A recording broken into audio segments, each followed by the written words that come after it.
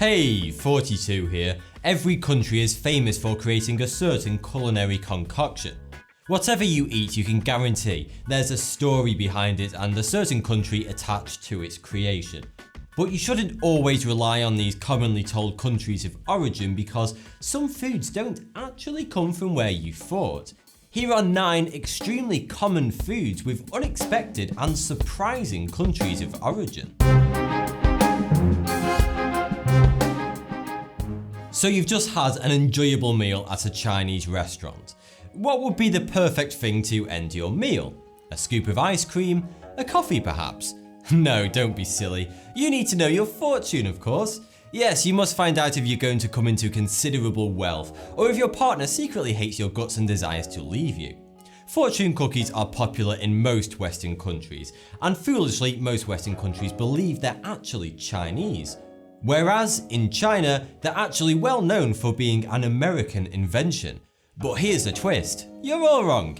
It's true that they showed up in the US well before they were a thing in China, but they were actually brought to California by the Japanese. Yes, Japan. Their origin dates back to the 19th century in Kyoto, Japan. The Japanese version of the cookie is called Surajura Senbi, and they are slightly different from the ones that we know today. They are a little bit bigger, darker in colour, and their batter contains sesame and miso instead of vanilla and butter. The cookies do contain a fortune, but the small piece of paper is wedged into the bend of the cookie rather than placed inside it. The cookies were modified to resemble the ones that we know today after they were brought to America. The original variation of the cookies are still sold today in some regions of Japan. Next up is the supposed Indian balti dish, chicken tikka masala. Whilst you would be forgiven for thinking that this curry originated in India, it is actually believed to have been originally invented in the United Kingdom. Glasgow, Scotland to be precise. The story goes that in the early 1970s, a customer dining at the Indian restaurant Sheesh Mahal in Glasgow complained about the dryness of his chicken dish that he was served and sent it back to the kitchen. The chef Ali Ahmed Aslam quickly prepared a sauce which included various spices and a tin of Campbell's condensed tomato soup, and the famous dish was born. The dish is completely unheard of in India. When you think of France, you probably think of the Eiffel Tower and berets, and just to throw some more fuel onto the stereotypical fire, sitting outside a cafe, smoking, drinking coffee, and eating a croissant. But it turns out that this classic French breakfast pastry isn't actually French. I know, rather shocking. Going back as far as the 13th century, an early ancestor of the croissant can be found in the form of a traditional Austrian yeast roll, which was made into a crescent shape called a kipfel. Although these types of pastries were found throughout Europe, they were primarily Austrian. Austrian artillery officer August Zang brought these into France when he founded his Viennese bakery in Paris called Boulangerie Viennoise between 1938 and 1939. Kipfels were a hit with the Parisians, so they nicked it, modified it a tiny bit, and the French version of the Austrian pastry was born. They named it croissant after its crescent shape. Speaking of things that aren't French, French toast. In fact, there's evidence to suggest that the recipe of this eggy fried bread was around long before France was even a country. In 4th century Rome, instead of discarding their stale bread, they would try to make it more edible by soaking it in a mixture of egg and milk. The origin is still seen today in what we know as French toast. The French call it pain perdu, which literally means lost bread. But how did it get the name of French toast? Whilst this topic is widely debated, a popular myth is that in 1724, an innkeeper named Joseph French in Albany, New York, created a dish and advertised it as French toast. He meant to advertise it as French's toast, but the silly bugger forgot the apostrophe S at the end. Next up is the Caesar salad. Whilst it may be easy to assume that this came from Rome and was probably named after Julius Caesar, it may surprise you to learn that this popular salad was actually invented in Mexico. The salad's creator is widely recognized as restaurateur Cesar Cardini, who is an Italian immigrant that operated restaurants in Mexico, where he created the dish on an alleged 4th of July in 1924. When he ran out of ingredients and had to make do with what he had, adding a bit of flair by tableside tossing. On the subject of Mexico, fajitas aren't Mexican, they're Texan. Just across the border in Texas in the 1940s, Mexican ranch workers living in Texas were given the least appetizing parts of animals, which were later butchered for food, such as the head, intestines, and the part which came to be known as the fajita, which was a thin layer of muscle that covered the diaphragm. The workers tenderized the meat by pounding it, marinating it in lime juice, and cooking it on an open fire before serving it rolled up in a flour tortilla. The word faja is the Spanish word for strip. The term fajita has developed over the years from meaning a cheap piece of meat to describing pieces of meat wrapped in a tortilla. But the word fajita, according to the Oxford English Dictionary, did not appear in print until 1971.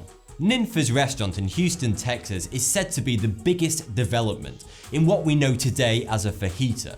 In 1973, an item appeared on the menu called Tacos al Cabana, which consisted of grilled meat strips, condiments, and flour tortillas. They later changed the name to fajitas in 1981.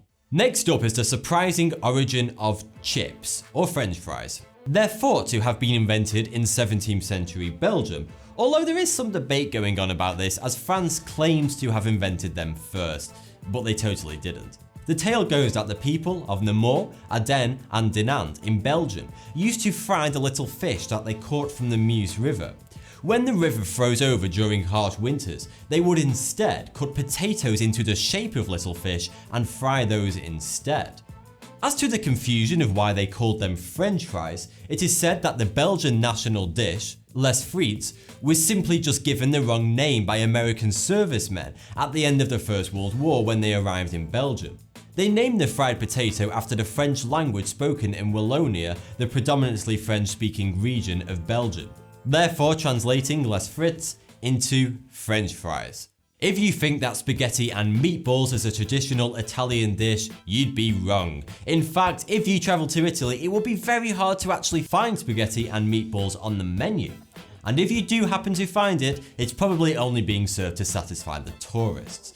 It turns out that spaghetti and meatballs as we know them today was actually invented in the USA by Italian immigrants.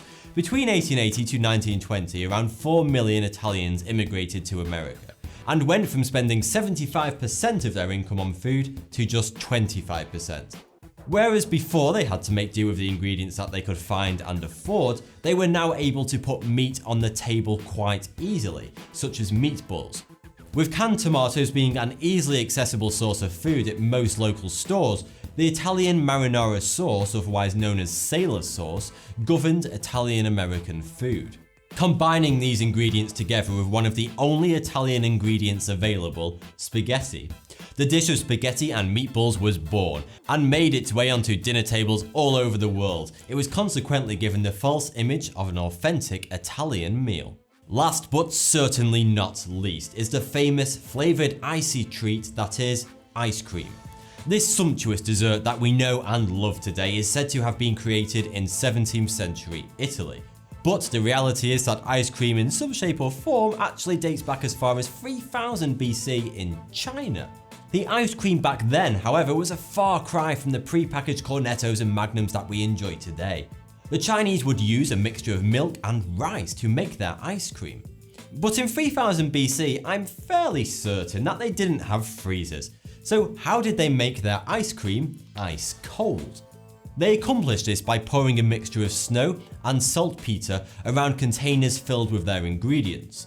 Just how salt raises the boiling temperature of water, it also lowers the freezing point to below zero. And there you have it, ice cream. Fast forward to 1533 and Italian Duchess Catherine de' Medici is credited for bringing ice cream to Europe. She is said to have brought to France with her some Italian chefs who had knowledge and recipes for flavoured sorbets and ices. 100 years later, a legend tells the tale of how Charles I of England was so taken with the frozen snow that he gave his personal ice cream maker a lifetime pension in return for keeping the formula a secret, so that ice cream could be a royal prerogative. Thanks for the view, subscribe for more 42.